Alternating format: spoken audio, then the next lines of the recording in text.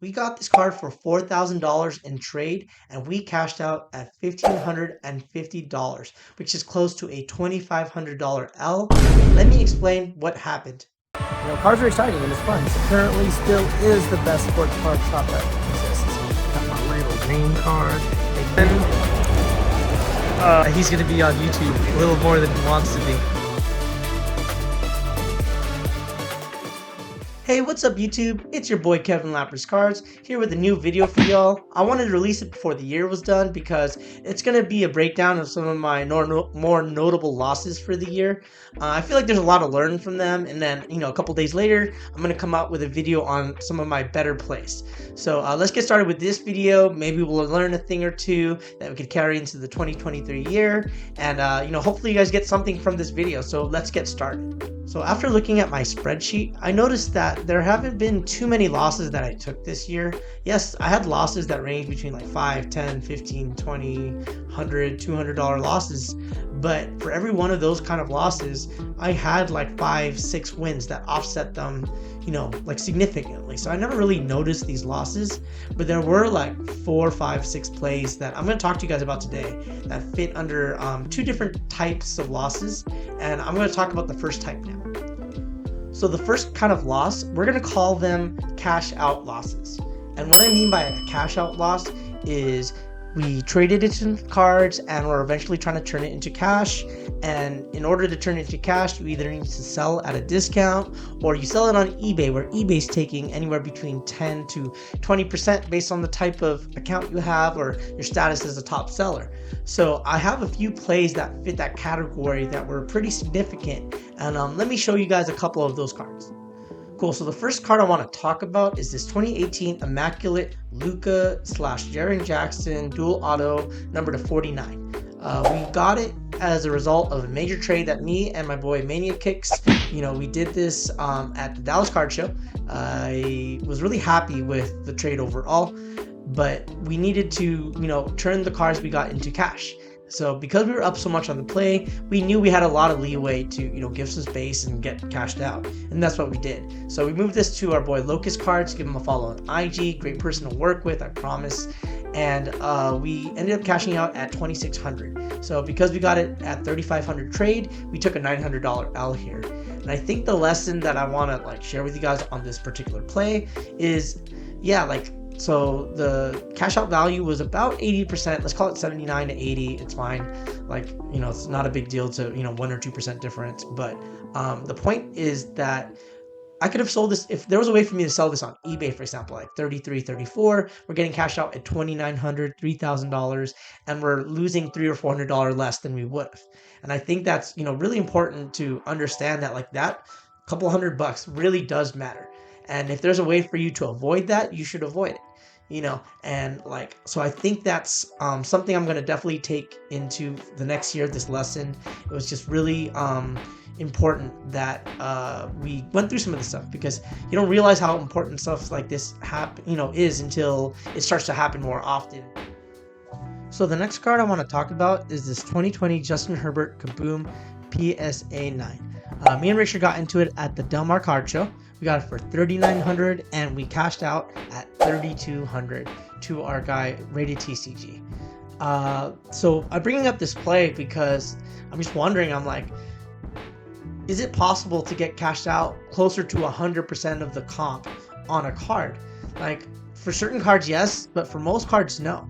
So in order for you to get as close to that cash out number as possible, I feel like there's a lot of twisting and turning and little moves you got to make in order for that to happen. Maybe you need to trade a card a couple times, or then sell on eBay, or maybe you need to trade up, down, left, right until you're getting as close to the full cash out as possible. But based on what happened in these last 2 plays, this is something I definitely need to reassess in my own strategy, and hopefully I can take something from it into the next year. Cool. So the second theme I want to talk to you guys on the type of losses that I've been taking this year, I want to call it the I held this card for way too long loss. And I know you guys know what this is. This is I bought a card, I think it's gonna go up, or I'm buying this card because I'm not worried about it going down, and all of a sudden it just goes down, and the longer you hold it, it goes down more and more and more, and it's just a shame, and eventually you decide to sell it and you take a major L, and that's what these last two plays in this video are going to be about. So let me talk about the first one for you guys. So the first play might look familiar to some of you guys because it was in another video. It was in this video right here. It was my most memorable play since I came into the hobby. Take a look. It's filled with good and bad plays, and this card was one of the bad plays. So I bought this KPJ Genesis for like 800 bucks, and you know, it comped up to like $950, and I kept holding because I thought it was going to do well because I believed in KPJ. I still do, but I eventually, the card started comping down and down and down, and I think I moved it maybe like 3 or 4 months later, and I took about a 50%, maybe even more than that loss. Yeah, it was a really, really bad loss, and it's something I could have avoided when I felt like it was kind of obvious that this card wasn't going to move up anymore, but like I got greedy, and I just told myself, hey, no, it's going to go up to the moon because, you know, KPJ is so good, blah, blah, blah, blah, blah, but it didn't pan out, and I paid for it.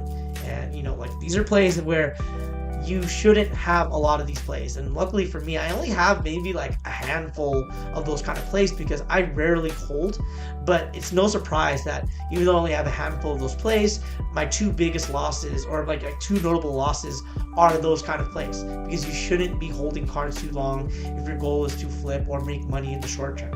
Obviously, if you're trying to make money in the long term, it's a whole different story. Maybe if I held these two cards, they'd go up in the long term, but I won't know until several years down the line. But at this moment, I took L's on them, and it's okay.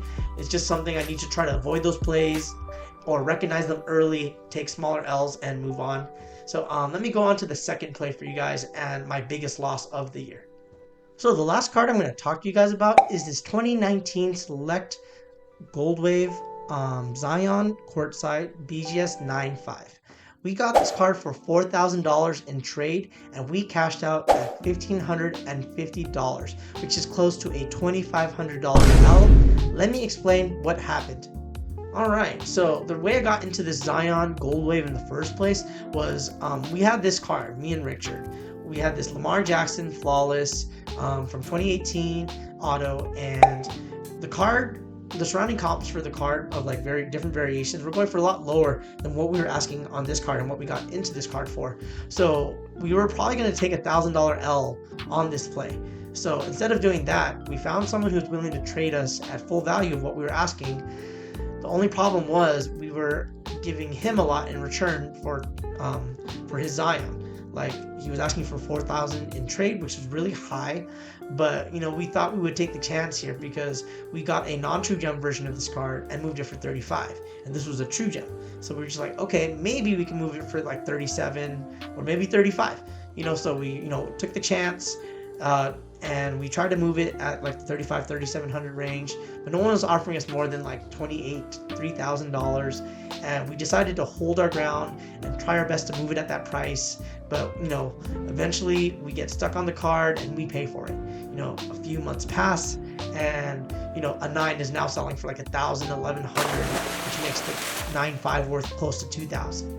So eventually a couple days ago we get offered $1,550 in cash for it, and we just take the L. Like, it sucks, but like, no matter how much we don't want to take this L, the current price of the card is no longer $3,000 or $4,000, and maybe it never was, but it definitely isn't now.